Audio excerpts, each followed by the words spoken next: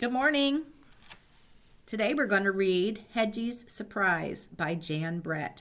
Jan Brett is the author and the illustrator, which means she wrote the words and she drew the pictures.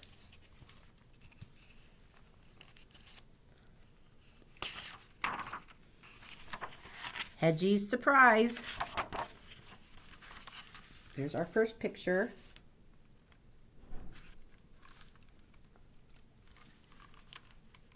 Once there was a speckled hen who laid an egg every day, only to have it taken by a little tomtin every morning. It all started because the tomtin got tired of porridge for breakfast. Each morning the rooster crowed as the sun came up, and Henny knew the tomtin was on his way. So did the little hedgehog who lived nearby. The tomtin always called out to her, "Henny, have you got a little yummy for my hungry, hungry tummy?" There's the hedgehog right here.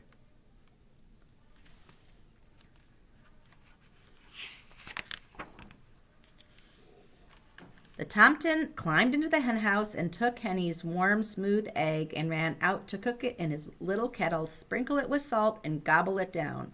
Then he fell fast asleep in the hayloft until evening. So we've got our hedgehog again. Here's the hen house.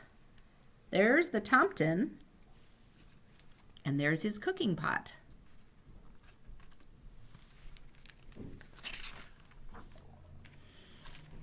Henny didn't like the tomtin taking her eggs, but she put up with it until one morning when she saw Goosey Goosey sail forth smiling and bowing with a stream of piping goslings following her.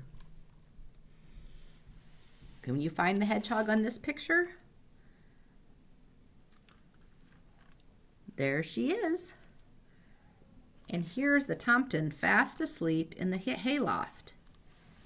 Here's our Goosey Goosey, and here come her goslings. Goslings are baby geese.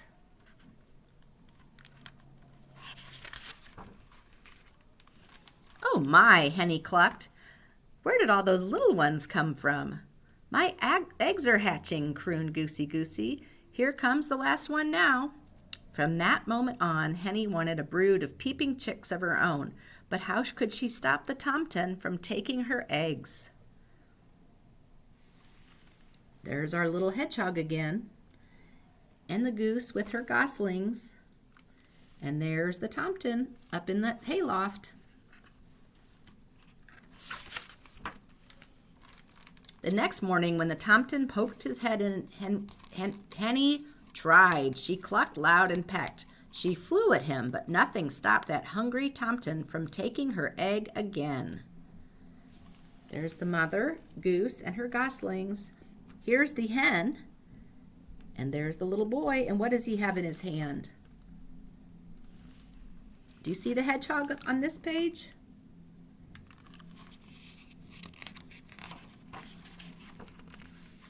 "No eggs, no chicks, no peeping babies," Henny wailed so loudly that she woke up the little hedgehog, her tears pouring down on top of him.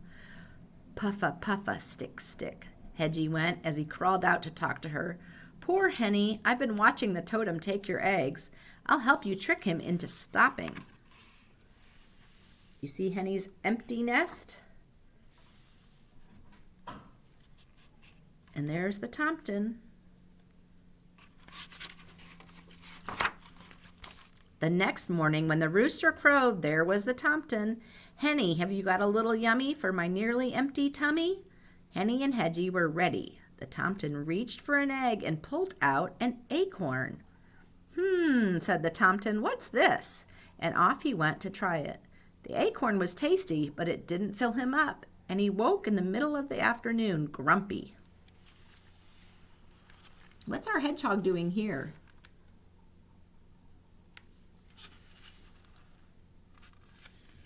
There he is. He woke up grumpy. The next time the tomtin arrived looking for an egg, he found a bright red strawberry. It looked bigger than the acorn, so he ran off to cook it.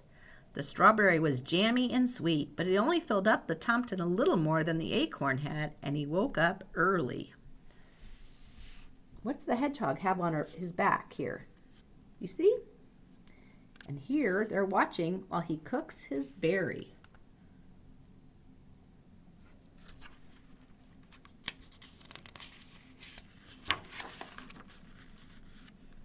The sun had just come up when the Tomten was at the hen house again, his stomach roaring with hunger.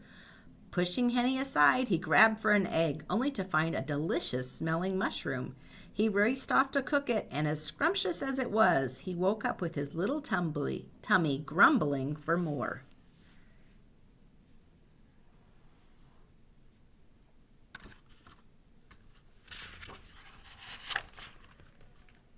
Cock-a-doodle! The Tomten rushed in even before the rooster finished crowing. Henny, have you got something for my hollow tummy? This time he found a smooth, round potato, even bigger than an egg. He cooked it quickly, swallowed it down, and went back to his hayloft. He woke up at sunset, only half full. The Tomten had had enough. Henny, he shouted, tomorrow I want an egg for breakfast and nothing else. If I don't find one, I'll eat you up instead.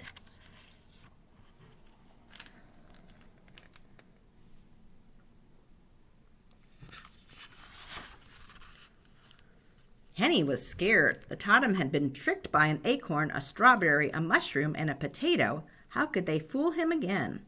Don't worry, Henny, Hedgie told her. Now it is time for my surprise, and he whispered in her ear. All night, Henny waited on her nest and Hedgie on his. As soon as it began to get light, Hedgie gently covered his nest with straw and got ready for the surprise. Do you know what the surprise is?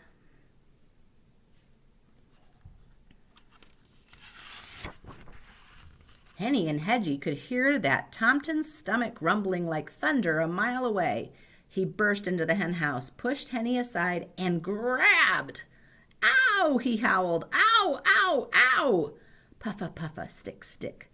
He had clutched Hedgie all closed up in a tight round ball of needle-sharp prickles.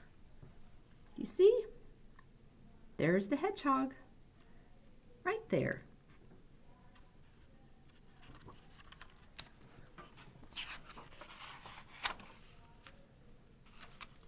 Henny and Hedgie listened as the Tomten ran home, yowling. Thank you, Hedgie, Henny said, looking at her dear friend.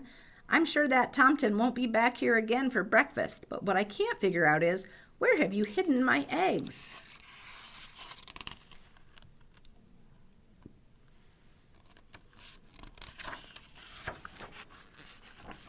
Just then, Henny heard a little peep, then another, coming from Hedgie's nest.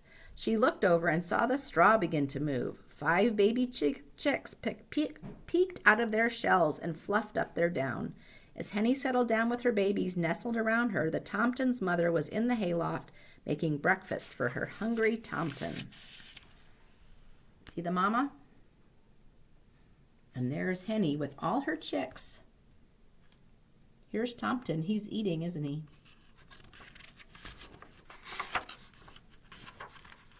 Hedgie, Hedgie, Hedgie, you are full of surprises, Henny cried as she led her baby chicks out into the sunshine. But the little Tomten didn't hear a word. He was sound asleep, his tummy full of tasty porridge.